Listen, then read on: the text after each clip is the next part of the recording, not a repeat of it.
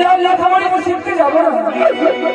আমার মনের বাসনা রয়েছে, আমি মায়ের কাছে যাবো, দেখি আমার বাজারের কাছে আমি আমার প্রশ্ন যাবো।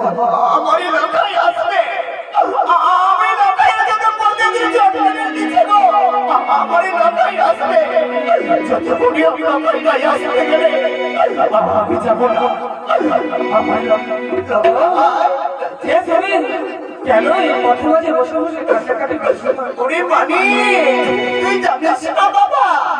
কেন তুই জানবো বলো?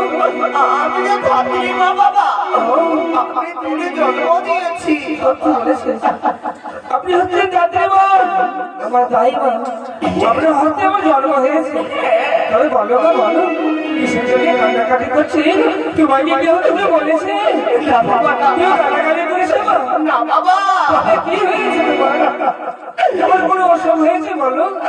শুনিস না, শুনিস না, কেন কেন? আজ তোমার রূপে করে আজ কি করে এই কথা বলবো রে লতা? কেন মা কেন? কেন কি হবে বলতে গেলে বলো না? আমি যদি পারি তোমার কোনো সাহায্য করতে পারি। লতা, এই কথা আমি বলতে পারবো না বাবা। পারবে না? না, কেন পারবে না? লতা, এই কথা শুনতে হয় না। কেন মা কেন? তুই ছোট ছেলে বাবা,